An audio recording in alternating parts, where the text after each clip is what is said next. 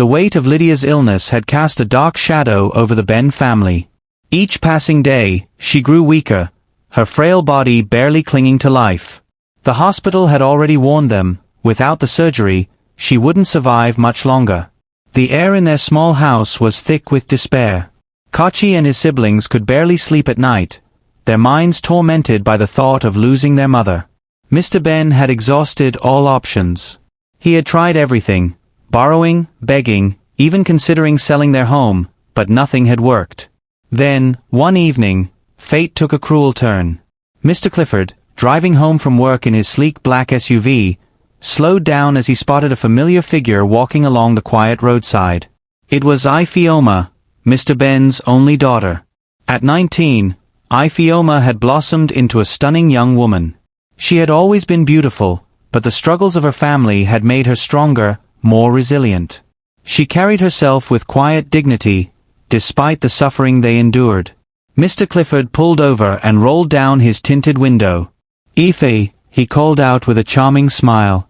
She turned, slightly startled, and took a step closer. "Good evening, Uncle Clifford." He leaned against the door, his eyes scanning her from head to toe. There was something unsettling about the way he looked at her. "How is your mother?" he asked. Ifeoma's smile faded. She lowered her gaze, her voice barely above a whisper. "She's getting worse, sir. The doctors say we don't have much time left." Mr. Clifford sighed dramatically. "Such a pity. If only your family had the money, she could be saved." He paused for a moment, as if in deep thought. "But you know, I might be able to help." Hope flickered in Ifeoma's eyes. "You will?" He gave a slow nod. "Yes, but there's something I need from you first." Ifeoma frowned, unsure of what he meant. "What is it, sir?" Mr. Clifford's eyes darkened with desire as he leaned in closer. "Spend a night with me, and I will give your father the money to save your mother." For a moment, time seemed to stop. Ifeoma's breath caught in her throat. She took a step back, shaking her head. "No. No, Uncle Clifford. I can't do that." Mr. Clifford chuckled, unfazed by her reaction.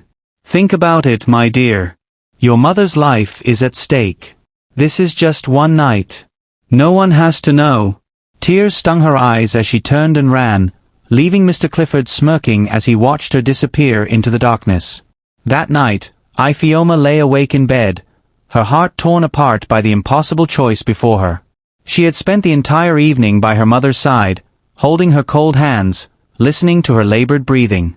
The once strong woman who had raised them with love and sacrifice was now a shadow of herself, fading away right before their eyes. Kochi and her other siblings sat in silence, helpless and broken. Mr. Ben sat in a corner, his face buried in his palms. Ifeoma felt something snap inside her. They had fought so hard. They had tried everything. And yet, the one man who had the power to change everything had set a price on their mother's life, her dignity. Her decision came like a whisper in the night. If one night of pain could save her mother, was it not worth it? The thought made her sick to her stomach, but as she listened to her mother's faint, struggling breaths, she knew she couldn't let her die. With tears streaming down her face, she stood up, wiped her eyes, and slipped out of the house without saying a word. She was going to Mr. Clifford. Walked through the dimly lit streets, each step feeling heavier than the last. The cool night air did little to soothe the fire of shame burning inside her. She had never imagined herself in this position, trading her body to save a life. But what choice did she have? Every time she closed her eyes, she saw her mother's weak frame, the way her breath came in short gasps, the way her father had crumbled under the weight of his helplessness. This was the only way. By the time she reached Mr. Clifford's mansion, her heart was pounding so hard she thought it would burst out of her chest. She hesitated at the gate. Was she really going to do this? Her mother's frail voice echoed in her mind, calling out weakly for water that she was too weak to drink. Ifeoma swallowed hard. She had already made her choice. She pressed the doorbell. Moments later the gate opened, and one of Mr. Clifford's maids peered out. "Good evening, Ifeoma," she said, surprised to see her at such an hour. "Good evening, Ma," Ifeoma replied, forcing herself to stay calm. "I need to see Mr. Clifford." The maid hesitated, then nodded and stepped aside to let her in. Ifeoma followed the familiar path through the large compound, her eyes fixed on the ground as she walked. The mansion loomed before her, grand and intimidating. When she reached the front door, it swung open before she could knock. Mr. Clifford stood there, dressed in his night robe, a knowing smirk playing on his lips. "I knew you'd come," he said, stepping aside to let her in. Ifeoma clenched her fists. She refused to look at him. She refused to acknowledge his triumph. She was not here for him. She was here for her mother. Mr. Clifford led her inside, shutting the door behind them. And just like that, the night swallowed her whole. The next morning, Ifeoma left the mansion before the sun had fully risen. She walked through the empty streets like a ghost, her body moving on its own while her mind remained numb. She felt nothing.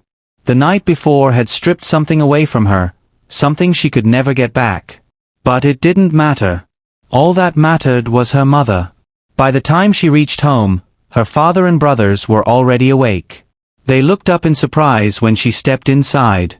"Kidu?" Kochi asked, concerned. "Where have you been?" Ifeoma forced a weak smile. "I went to get the money." Mr. Ben sat up. "What?" She reached into her bag and pulled out the thick envelope Mr. Clifford had given her before she left. She placed it on the table. "There's enough to take Mama to London," she said simply. Her father's eyes widened in shock. "How did you—" "I went to Mr. Clifford," she interrupted, her voice flat. "He gave it to me." The room fell silent.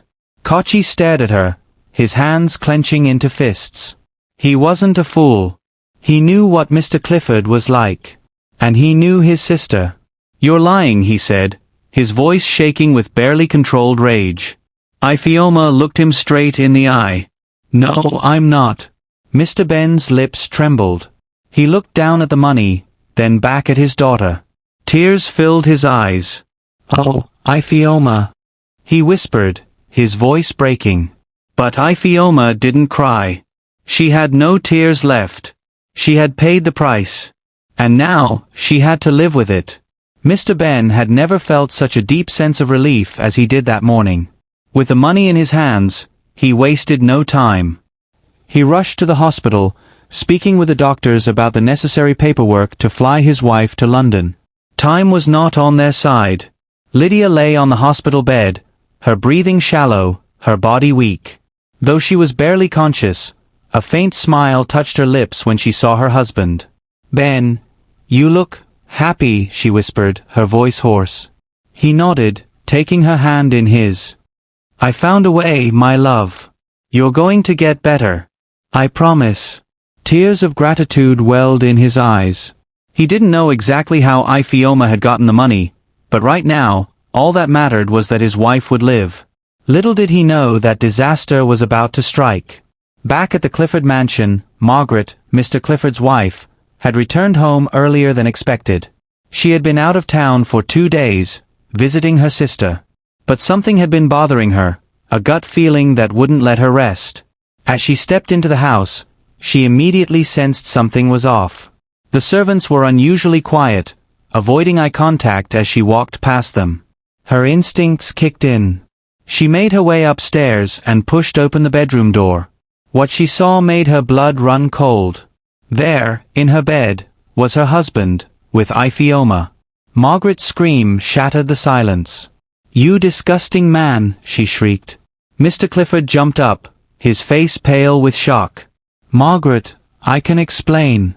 Ifeoma, wrapped in nothing but a bedsheet, scrambled off the bed, her entire body shaking. "Madam, please." But Margaret wasn't listening. Her eyes were wild with rage, her hands trembling with fury. "You betrayed me, Clifford. With a child. With a girl young enough to be your daughter." Mr. Clifford fell to his knees, desperation in his eyes. "Please, my love, it was a mistake. I was weak. I was going to tell you." Margaret let out a bitter laugh. "Oh, you were going to tell me? After using her? After destroying that poor girl? Ifeoma stood frozen, her body shaking uncontrollably. She wanted to run, to disappear, but her legs wouldn't move. Margaret turned her burning gaze on her. "And you little snake. After all my family did for you, you spread your legs for my husband." Ifeoma's lips trembled. "No. It wasn't like that. I did it for my mother." Margaret's expression darkened. "For your mother?" she sneered. "So you sold yourself? You're no better than a common prostitute." Ifeoma gasped, fresh tears spilling from her eyes. Margaret wasn't done. Her fury turned back to her husband. "You think you can humiliate me like this? You think I'll just cry and forgive you?" She pulled out her phone and, right before his eyes, made a call. "Freeze every account in my husband's name. Now." Mr. Clifford's eyes widened in horror. "Margaret, no. Please." She smirked coldly. "Oh, it's too late for begging. You should have thought about that before betraying me." Then she made another call. "Yes, officer? I'd like to report a case of fraud. A certain Mr. Ben tricked my husband into giving him a large sum of money. Yes, I have proof. Arrest him immediately. Disaster strikes." At the hospital, Mr. Ben was finalizing the clearance documents when armed police officers stormed in. "Mr. Ben," one of them barked. He turned, surprised. "Yes, officer? Can I help you?" "You are under arrest for fraud and financial deception," the officer declared. Mr. Ben's heart nearly stopped. "What? Fraud? What are you talking about?" Before he could react, the officers grabbed him, twisting his arms behind his back and slapping handcuffs onto his wrists. "Wait. This must be a mistake," he protested. "I didn't steal anything. That money was—" "Save it for the judge," one officer snapped. "We have orders to take you in." Nurses and patients watched in horror as Mr. Ben was dragged away. Meanwhile, Lydia, too weak to sit up, could only whisper in confusion, "Ben, what's happening?" But no one answered her. Mr. Ben's world had just collapsed. Stay tuned for the part 3 of this video. If you are just joining for the first time, please do me a favor by subscribing to this channel, like my video and share to as many as possible. See you in my next episode.